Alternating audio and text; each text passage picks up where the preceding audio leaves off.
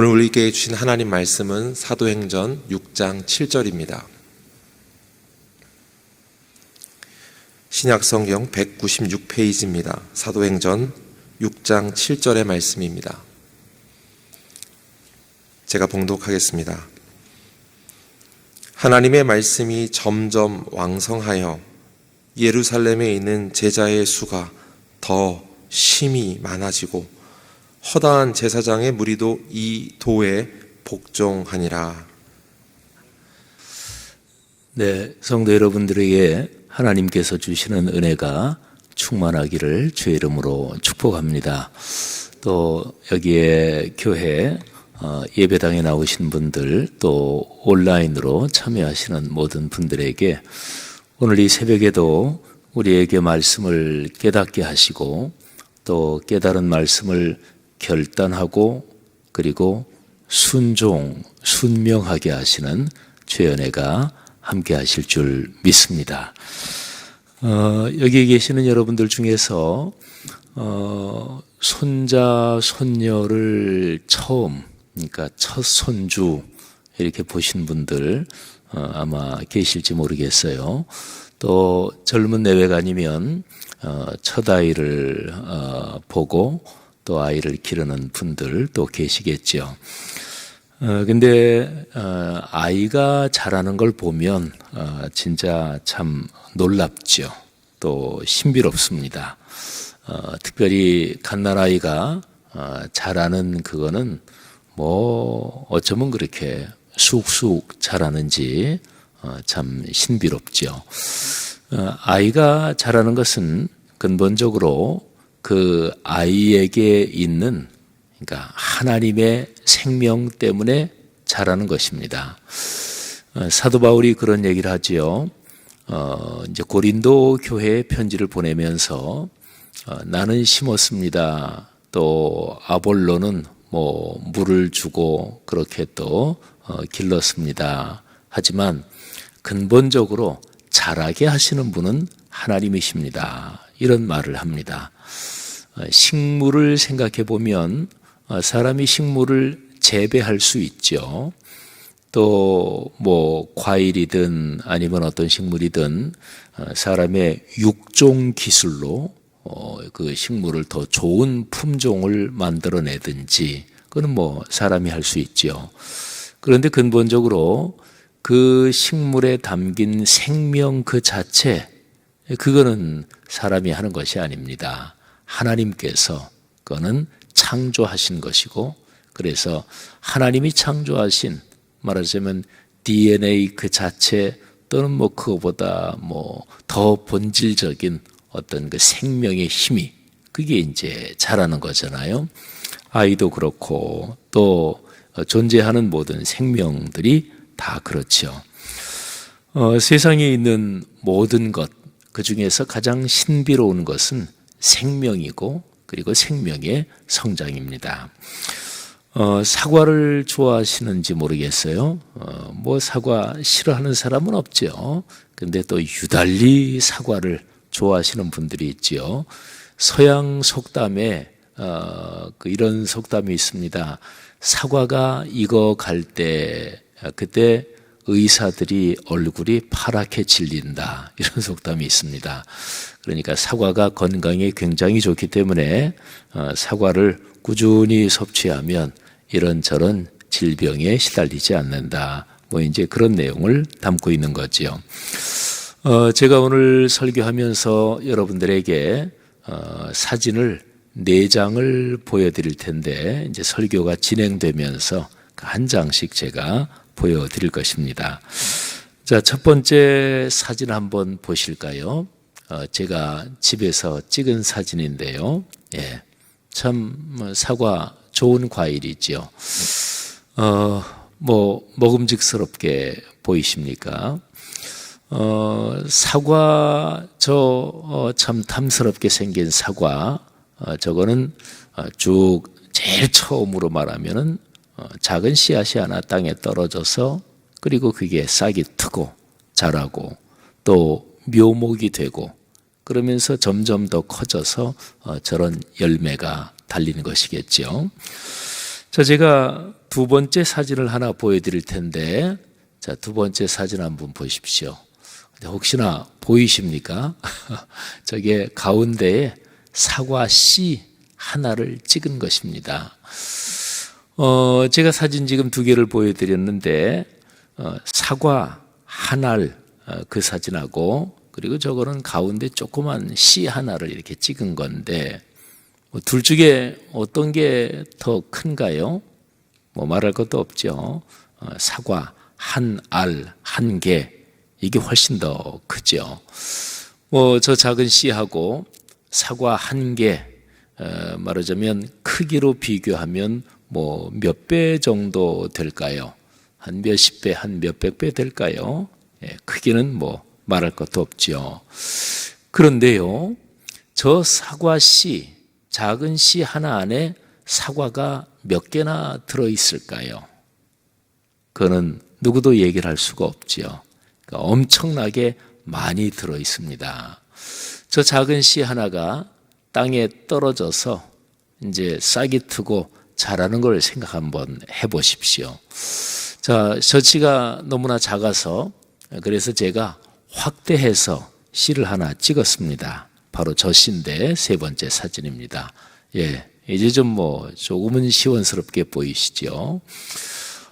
저 씨 하나가 땅에 떨어져서 그리고 이제 자라는 거를 지금 한번 상상력을 동원해서 한번 생각을 해보세요. 땅 속에서 수분이 공급되고 또 흙 속에 있는 적절한 영양분 이런 게 이제 작용하면서 저 씨가 이제 싹이 트겠죠. 저 씨에 생명이 있는 그 눈이 있는 곳이 어느 곳인지 저는 농사를 지어보지 않아서 모르겠지만 거기에서 조그만 싹이 트겠죠. 그러면서 거기에서 점점 더 자라고 그리고 이제 그게 땅 위로 올라오겠죠. 수분이나 흙 속의 영양분이나 또는 이게 땅 위로 싹이 조금 올라오면서 태양 빛을 받고 이런 게 다 필요하지만 아까 제가 설교 제일 처음 말씀드렸던 것처럼 근본적인 것은 저 씨 자체 안에 있는 생명, 하나님께서 창조하신 그 생명의 메커니즘, 그게 제일 근본입니다. 흙 속에 제 아무리 영양분이 많은 비옥한 토양에 떨어졌어도 또 적절한 습기가 제 아무리 좋은 환경이라도 또 햇빛이 제 아무리 많이 쬐어도 저 씨가 플라스틱 씨라면 그러면 자랄 리가 없겠죠. 또 어떤 씨가 죽은 거라면 그거는 자랄 리가 없죠. 우리 그리스도인이 잘 아는 성경 구절이 있죠. 요한복음 12장 24절 한 알의 밀이 땅에 떨어져. 근데 그 다음에 이어지는 거를 우리 많은 사람들이 잘못 사용할 때가 꽤 있습니다. 한 알의 밀이 땅에 떨어져 그리고 그 다음에 어떻게 되나요? 죽지 아니하면 이렇게 얘기를 하는데 죽지 아니하면 그게 맞고요. 썩지 아니하면 이렇게 말씀하시는 분들이 있는데 그건 틀립니다. 그러니까 성경에 썩지 아니하면 그렇게 기록된 게 아니라 죽지 아니하면 씨가 썩은 씨는 싹이 나지 않습니다. 그렇죠? 썩은 게 왜 싹이 나겠어요? 그러니까 씨가 자신을 다 버려서 이제 죽는 거죠.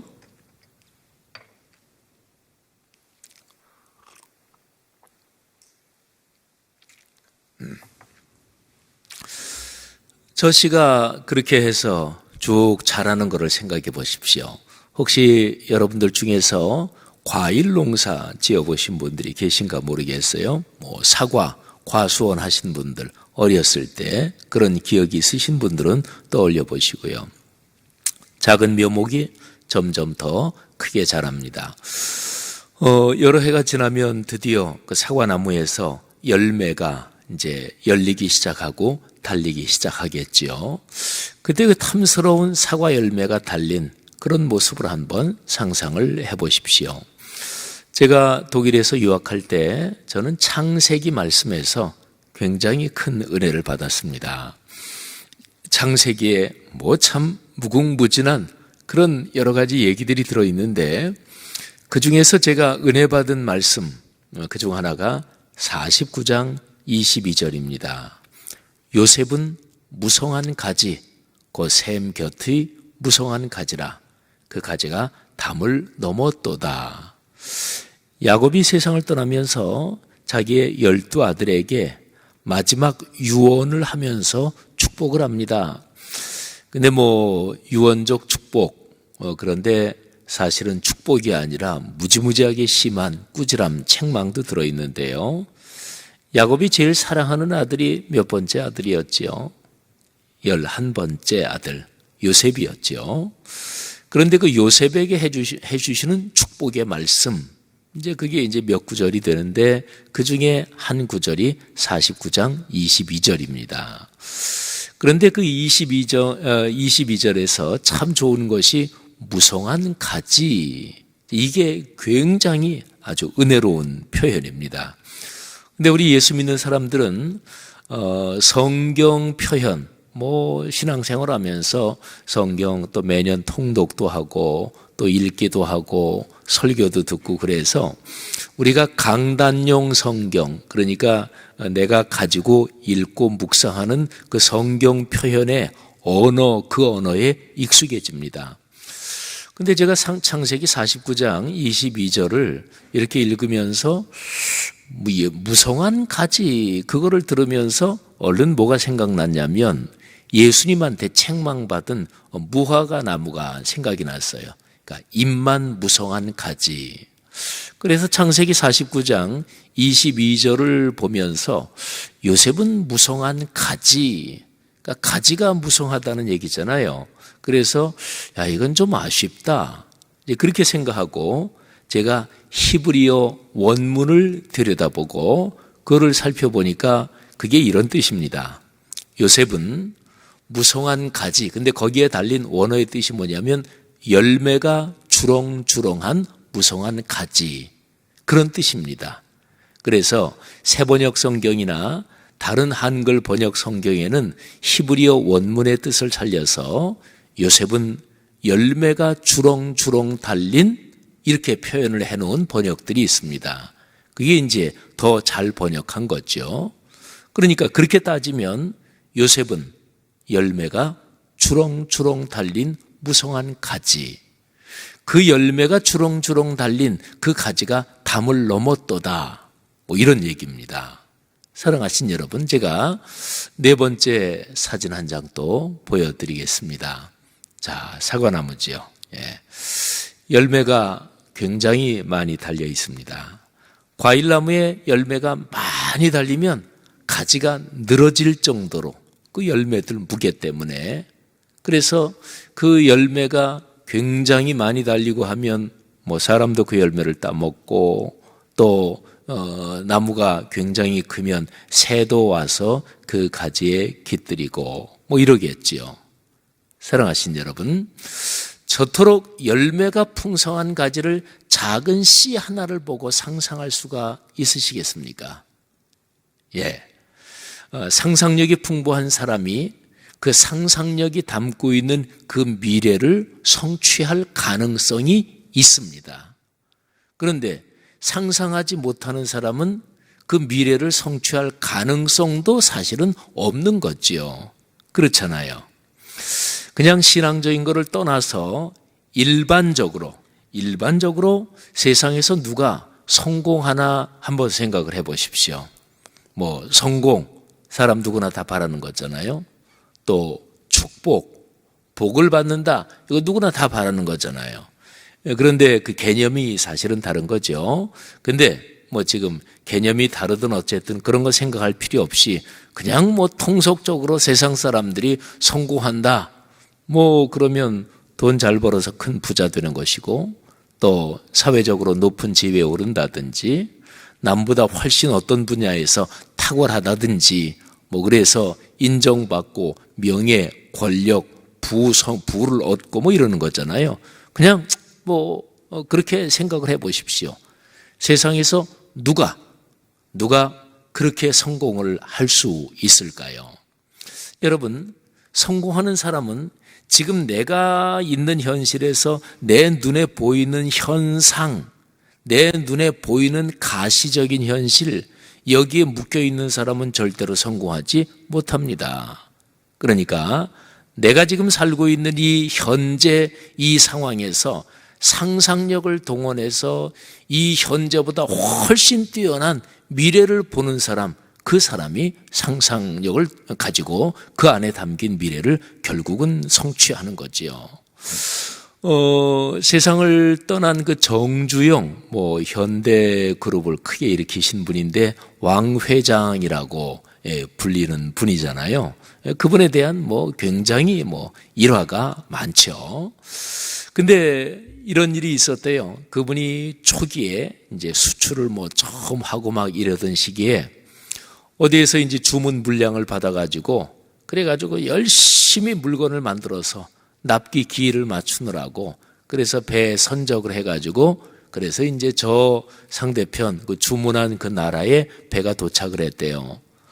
그런데 부지런히 해가지고 납기 기일을 맞춰야 되는데 이게 막 잘 안 돼서 그냥 온갖 애를 써가지고 그 납기 기일을 맞추지 않으면 클레임이 걸리잖아요. 그리고 또 이제 한참 초창기에 이제 그렇게 주문을 받아서 해외 수출이 이제 처음 시작하는 단계인데 그래서 이제 잘 맞춰가지고 배 선적을 해서 배가 드디어 납기 기일 안에 겨우 이제 항구에 도착했습니다.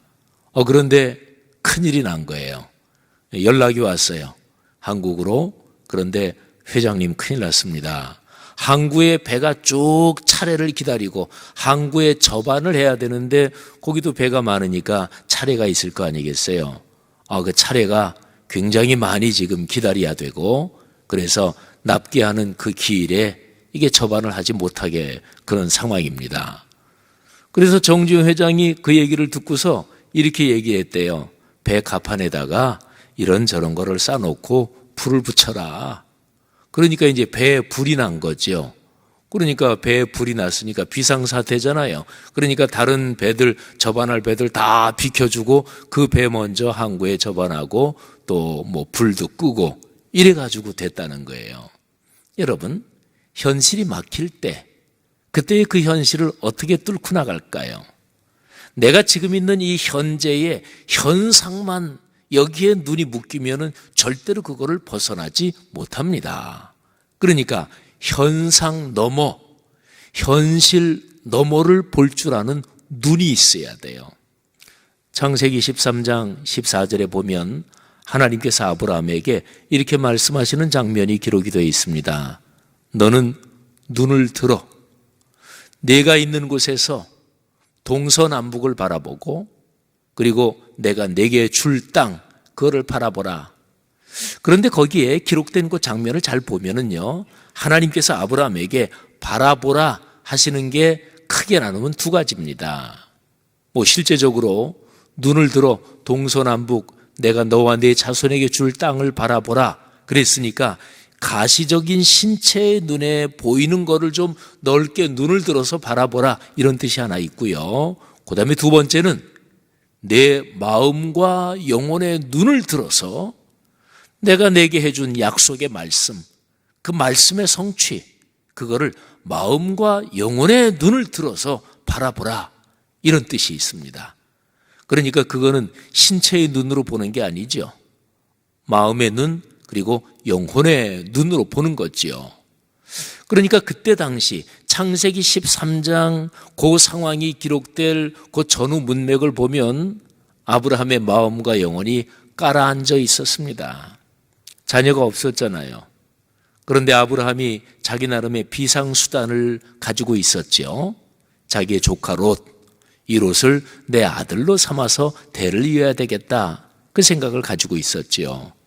그런데 아브라함과 그리고 조카 롯 그 두 사람 밑에 종들도 있었고 또 이런저런 가축들도 많이 있었는데 그 종들 사이에 이게 다툼도 발생하고 또 사는 곳이 그렇게 넓질 않아 가지고 그래서 롯이 아브라함을 떠났잖아요. 소돔과 고모라 그쪽 비옥한 지역으로 떠났잖아요. 그러니까 아브라함에게 대를 이을 가능성이 없어져 버린 거예요. 아마 이런저런 상황으로 해서 아브라함이 굉장히 마음이 가라앉아 있었습니다. 그때 하나님께서 말씀하시는 거예요. 내 마음을 들어야 된다. 내 영혼을 다시 들어서 마음과 영혼의 눈으로 미래를 바라봐야 된다. 이렇게 하나님께서 아브라함에게 말씀하시는 거지요. 사랑하시는 여러분, 연초입니다. 또 우리가 한 해에 처음 시작하는 이 시간들을 기도로 열기 위해서 모이는 거잖아요. 여기에 계신 분들 중에서 마음과 영혼이 또는 이런저런 삶의 상황의 어려움 때문에 이게 전체적인 내 자신의 상태가 가라앉아 계신 분이 계십니까? 하나님께서 우리 아버지신데 여러분, 부모가 제일 자녀를 보면서 슬픈 거는 이런 상황일 것입니다. 아버지나 어머니가 어떻게 길을 가다가 자기 딸, 자기 아들을 봤어요. 그런데 자기 아이는 엄마 아버지를 못 봤고, 근데 자기 아이가 이렇게 걸어가는데 그런데 어깨가 쭉 늘어져 있어요. 누가 봐도 야, 쟤는 고민이 많구나. 쟤는 굉장히 지금 슬퍼하고 있구나. 그게 눈이 보일 정도로 자기 딸, 자기 아들을 봤는데 어깨가 쭉 늘어져 가지고 고개를 푹 숙이고 걸어가고 있어요. 부모의 마음이 얼마나 슬플까요? 혹시나 이 연초에 하나님 아버지께서 보시기에 여러분의 모습이 그런 것은 아니십니까? 여러분, 필요한 게 있습니다. 내 마음의 눈, 영혼의 눈을 들어서 내가 지금 있는 현실, 현상 너머를 바라보아야 돼요. 정지영 회장 얘기했으니까 하나만 더 에피소드 얘기할까요? 정지영 회장 그분이 뭐 그냥 노무자로 이렇게 일할 때 그 에피소드라고 하죠. 이제 노동자들이 그냥 노무자들이 일하는 그 숙소에 그냥 넓은데 그냥 거기에서 자고 또 이렇게 상이 있으면은 거기에서 그냥 식사도 하고 또 이제 잘 때에 그 상을 쭉 붙여놓고 그냥 그 위에 이불 깔고 자기도 하고 이제 그렇게 생활할 때였다고 그래요. 근데 밤에 자는데 이 빈대 뭐 이런 것들이 그냥 이런 것들이 그렇게 물어가지고 잠을 잘 수가 없었대요. 그래가지고 생각한 게 그러면 이게 뭐냐 바닥에서 이렇게 자는데 뭐 식사할 때 이렇게 쭉 펼쳐놓는 그 상들을 다 붙여놓고 그 위에서 잤다는 거예요. 그러면 지는 놈들이 물지 못하겠지. 그랬더니 한 하루 이틀 정도 그냥 물리지 않고 잘 잤다는 거예요. 그런데 보니까 하루 이틀 지났는데 또 물리기 시작하더래요. 그래서 가만히 밤에 보니까 이 이나 벼룩이나 이런 놈들이 이게 이제 이 상다리를 타고 올라오더라는 거예요. 그래가지고 또 생각을 했대요. 그래가지고 어떻게 했냐면 그 상다리 거기에다가 대접에다가 물을 떠가지고 그리고 다리 하나마다 그 대접, 물 찬 그 대접을 받쳐놨다는 거예요. 그러면 빈대나 이런 것들이 그 상다리를 타고 올라오면 이 물을 헤엄쳐서 올라와야 돼. 그건 못하잖아요. 그래가지고 편하게 그냥 잠을 잤다는 거예요. 그런데 며칠이나 지났을까 또 물기 시작하더래요. 야, 이놈들이 헤엄을 쳐가지고 상다리를 타고 올라오나 하고 봤더니 그건 아니라는 거예요. 그런데 가만히 여기저기를 살펴봤더니 아주 소름이 끼치더라는 거예요. 이놈들이 벽을 타고 올라가서 그래서 천정으로 가서 거기에서 낙하를 하더라는 거예요. 그걸 보면서 정지영 회장이 소름이 끼쳤대요. 근데 거기에서 깨달았대요. 저런 미물도 자기의 목표를 달성하기 위해서 저렇게 애를 쓰는데 사람인 우리가 그야말로 현실에 갇혀 있어서는 안 되겠구나 이런 생각을 했다는 거예요. 우리가 보통 살아가면서 일반적으로 그런 얘기 하잖아요. 생각 좀 해라. 생각 좀 하고 살아야지. 머리를 써야지. 이거는 굉장히 중요한 얘기잖아요. 머리 쓰라는 얘기가 그야말로 성질 나면 머리를 그냥 들이받아라. 그 얘기 아닌 거 다 아시지요? 하나님께서 사람을 창조하실 때 다른 모든 피조물하고는 완전히 다른 비교가 되지 않는 그런 선물을 하나 주셨습니다. 그게 하나님의 형상을 따라 창조하셨다는 거지요.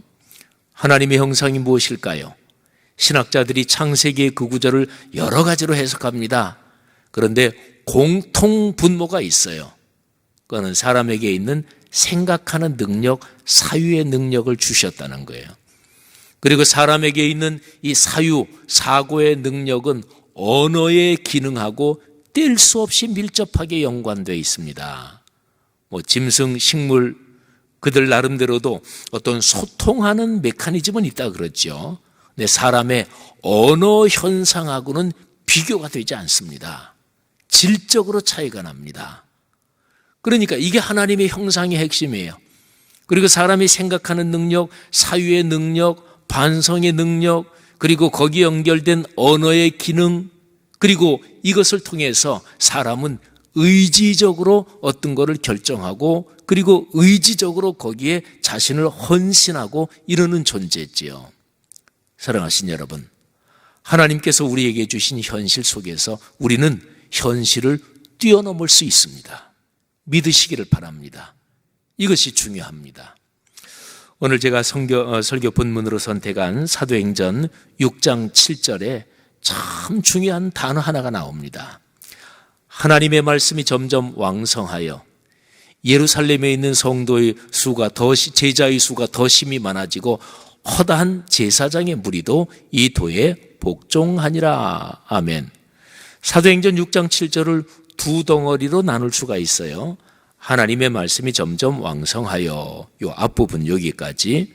그리고 이제 나머지 예루살렘에 있는 제자의 수가 더 심히 많아지고 허다한 제사장의 무리도 이 도에 복종하니라. 허다한 제사장들, 이 사람들은 예수님을 잡아 죽인 사람들이잖아요. 그러니까 예수 그리스도를 반대하고 초기 기독교회가 발생했을 때 박해한 사람들이잖아요. 그 사람들도 예수님을 믿게 됐다. 그래서 예루살렘에서 믿는 사람들, 제자의 수가 점점 더 많아졌다. 여러분 보통 교회 부흥이라고 얘기하잖아요. 교회 부흥되면 어떻게 되는 것일까요? 사도행전 6장 7절 요 뒷부분의 현상이 나타납니다. 그래서 보통 교회 부흥을 얘기할 때 영적 부흥 표현을 어떻게 쓰든지 간에 그런 표현을 쓸 때 우리 그리스도인의 머리에 얼른 떠오르는 것은 사도행전 6장 7절 뒷부분입니다. 그 교회 소속 신자가 많아지면 그 뒤로 또 어떤 현상이 이어지나요?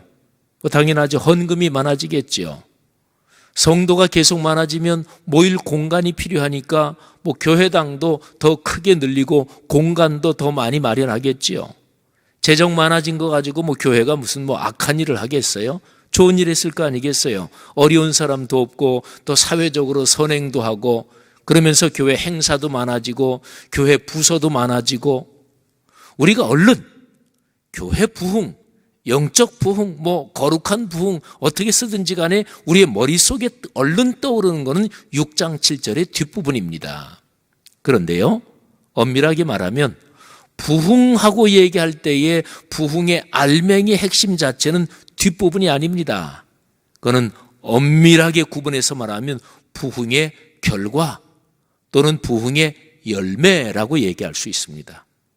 부흥 그 자체, 부흥의 그 본질, 그거는 앞부분입니다.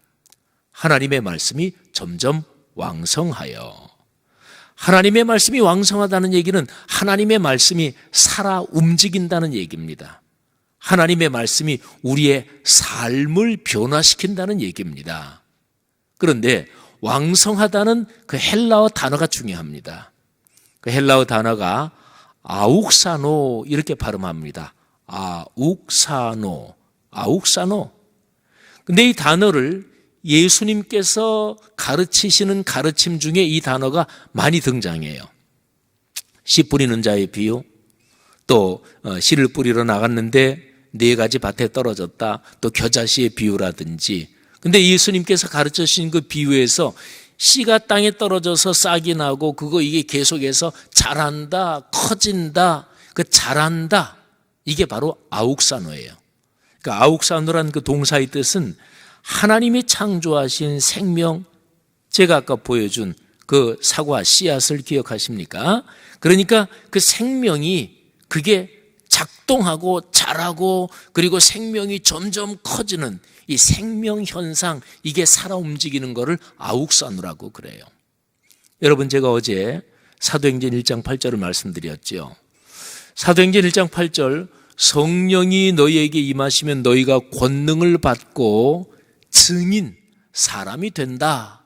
이런 표현이 사도행전 1장 8절이잖아요. 사람이 살면서 제일 어려운 일이 무엇일까요? 어떤 행사하는 게 어려울까요? 어렵지 않아요. 예를 들어서 재정만 충분하면요, 행사하는 어떤 업체에 맡기면 가장 세련되게 행사할 수 있어요. 건물 짓는 거 어려울까요? 물론 돈이 없으면 어렵죠. 하지만 돈만 있으면 건물 그거 어려울 거 하나도 없습니다. 설계, 세계에서 최고의 설계가들 불러다가 그 최고의 그냥 건설업체에다가 돈만 많이 주면 돈을 가능한 대로 아끼고 평당 건축비 아끼고 그냥 밀고 당기고 일을 내니까 힘들지요. 건물 짓는 거 하나도 어렵지 않습니다. 그런데요, 돈이 있어도 못하는 게 뭔 줄 아십니까? 세계 최고의 전문가들이 있어서 못하는 게 뭔 줄 아십니까? 사람 바꾸는 거. 그게 제일 힘듭니다. 그러면 사도행전 1장 8절을 사도행전 전체의 흐름을 보면 이렇게 이해해야 합니다. 성령이 너희에게 임하시면, 그러면 권능, 헬라어로 엑수시아, 이거는 하늘의 능력을 말해요. 하나님이 작동하시는 그 힘을 말해요. 그러니까 하늘의 능력까지 임해가지고 그래서 하나님이 하시려는 일이 무엇일까요? 교회, 건물 커지는 거? 또는 교회가 행사 멋들어지게 하는 거? 그 정도 하는데 뭐를 하늘의 능력까지 필요해요? 그러지 않습니다. 그런데 하늘의 능력까지 동원돼서 그래서 하나님이 하시려는 일이 있었습니다. 그게 바로 사람을 바꾸는 거예요.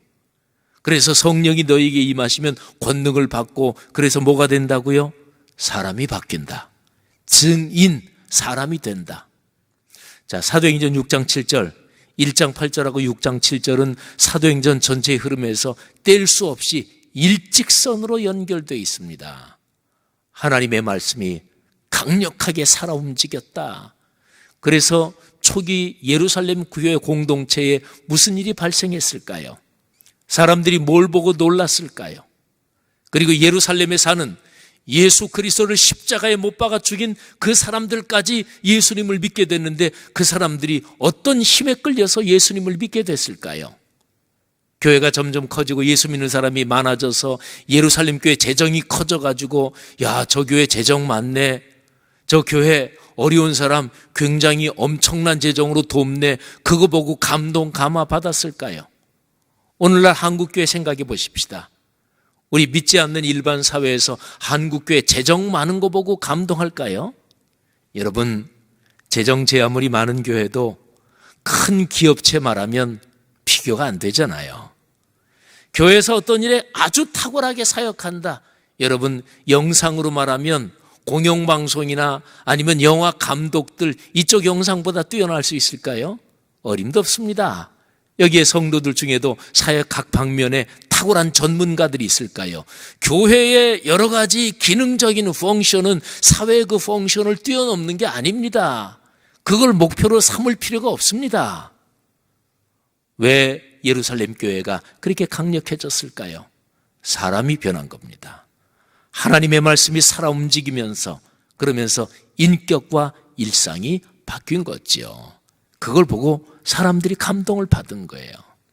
사랑하신 여러분, 오늘 사도행전 6장 7절을 한번 여러분의 개인의 삶과 또 가정 가문에 한번 깊숙하게 연결시켜 보시기를 바랍니다. 2022년 새해 벽두입니다. 여러분이 1년 동안 하나님 제게 이런 걸 주십시오. 내가 1년 동안 이렇게 살아야 되겠다.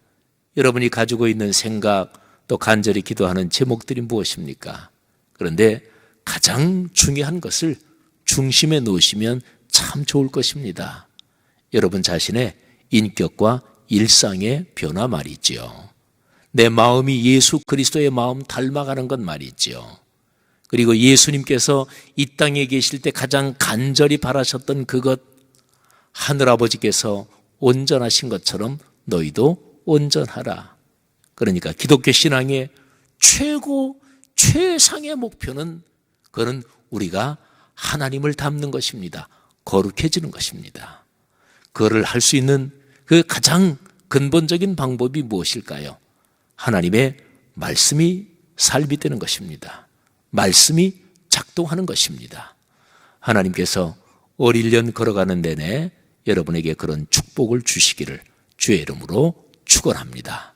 말씀이 살아 움직이는 아욱산호, 그래서 말씀이 삶이 되는 이 놀라운 복이 여러분을 통해서 또 여러분의 주변 사람들에게 널리 강력하게 확산되기를 주의 이름으로 축원합니다. 기도하겠습니다. 하나님 아버지 은혜 감사합니다. 사도행전 6장 7절, 특별히 6장 7절의 앞부분에 있는 그 말씀에 초기 예루살렘 교회 그리고 온갖 박해 속에서도 하나님의 일을 감당한 초대교회의 그 힘, 그 능력에 비밀이 있는 것을 보았습니다. 하나님 그 힘을 오늘도 저희들에게 주옵소서. 오늘도 거룩한 영으로 하나님의 말씀이 살아 움직여 말씀이 삶이 되게 하옵소서. 말씀이 육신이 되어 우리 가운데 오신 주 예수 그리스도 성자 하나님, 말씀이 삶이 되고 말씀이 일상과 인격에서 살아 움직이게 하셨던 우리 주님의 거룩하신 뜻이 어릴 년 우리의 삶에서 넉넉하게 이루어지게 하옵소서. 감사합니다. 예수님 이름으로 기도하옵나이다. 아멘.